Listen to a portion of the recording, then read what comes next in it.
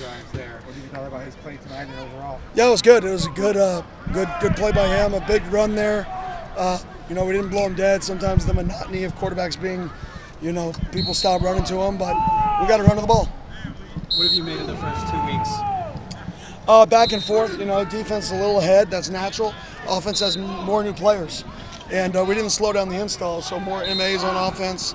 Obviously, we're a little bit behind, but we should be behind on offense. And defense should be ahead. We have a lot of returners. So what I've noticed is we need some more young guys to step up. We need some more young guys to take that next step. That's what I'm looking for in spring, is what young guys are we going to be able to count on. And, hopefully these next 3 weeks we find 6 to 12 more guys that we're like, man, we can count on you to help us as a redshirt freshman, or whatever year that is. That's really what I'm searching for. Have any of those young guys maybe jumped out, like an AJ Ia? Oh yeah, AJ Ia, Rodney's jumped out. I mean, there's a couple of guys. Obviously, everybody knows Tell. There's a couple of guys that have jumped out and shown flashes. Plaza's shown flashes, but we need more. We need more of these guys to make tackles in space, right? We need more of these guys to know the system good enough to where they're verbalizing it loud and confident. And I know that doesn't happen overnight. That's the part of development. But, you should never be satisfied with where you're at. You should always try to push yourself. You did talk earlier in the week about the snapping issues. Do you feel they got better as the practices went along? They definitely got better. I mean, I think y'all are out here. I think you can definitely see that improvement from that perspective. That was just a really bad day. And, we're also holding out some guys in certain periods. So we're getting into our depth, more quicker than normal when you're in spring ball or when you're in fall camp. That's just because we have so many veterans, so many returners. That we don't need to see all the guys go all the time.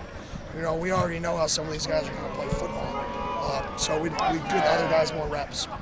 You mentioned being loud and confident. It felt like the defense was feeling itself today. How did you make their performance? Yeah, I thought it was back and forth. Like I told them, I don't think there was a winner today. I think there were good plays on both sides of the ball. But if you left here thinking like you won the scrimmage, you're absolutely wrong. This is a first spring scrimmage. The defense should absolutely dominate. And we did not absolutely dominate. Now with that, we hold out 7 guys when we go live on defense. So like I said, there's back and forth. It's really hard to judge, who wins and who loses. But today, I didn't think there was a winner. I thought it was a tie, and I hate ties. How much do nights under the lights like these aid in the acceleration of progression for players over time? I think the way, I know it sounds weird, but when you practice during the day and you have to look into the lights, that's different when you're actually catching the football. So I actually think that's something that you have to get used to, catching the ball under the lights. In year 1, we didn't do enough night practices. And that was one thing looking back at it, talking in exit interviews with players. Some of them said, well, they weren't used to catching in the stadium. So that was something that I really tried to make an emphasis on in year 2, changing that.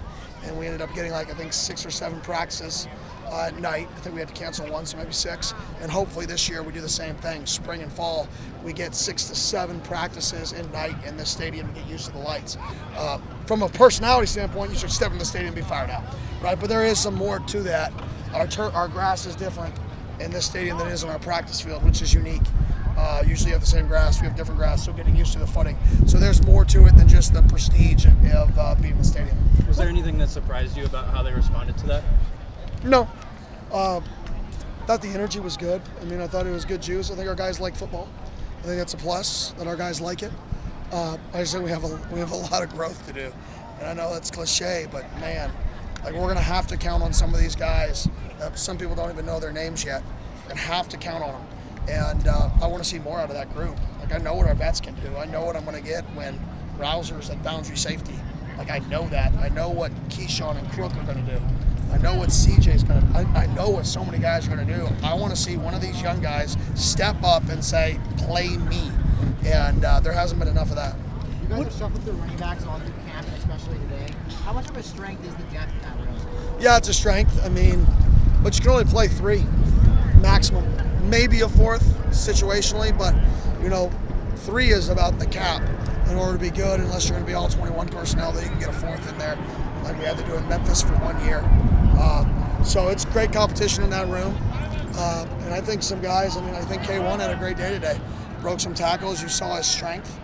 He's put in so much work since he's been in the program that I was super impressed. What does Xavier Alford said that he's looking to go out the right way this coming season. Is there anything that you kind of liked about his approach and mindset so far this spring? Yeah, he brings it every day. He's super competitive.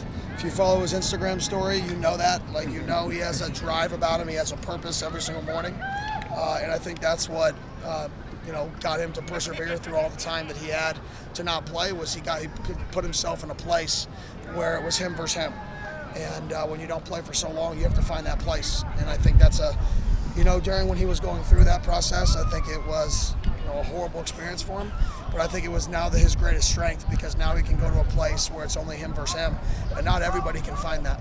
What's it like having Trenton Bourget as a running backs coach? Yeah, it's great. Great having him in the running backs room, being able to say, hey, this option route, we anticipate you to sit, or just the communication from the quarterback side to that room in terms of what the quarterback sees. So I think it's a huge advantage, and he's a smart guy. I mean, he's super smart. Like I told him, maybe hopefully he'll be the next head coach here in about 20 years. So going back to your GA days, what was it like dealing with this guy over here? Painful. I'm just kidding. He was awesome. We showed our team a few clips of him today. We showed him 3 clips of him running over some people back in his day, just to show him that, like, the dude in the back of the room is a physical, tough dude. And the last time that Arizona State was really ranked, he was on the team. Went 8 straight years. If you were a middle schooler, if you were in middle school, you have not seen a ranked Arizona State until this year, and since he played. So, that's the gap, is from him to now, and for him to be around and want to be back involved and just hang out, it's pretty cool.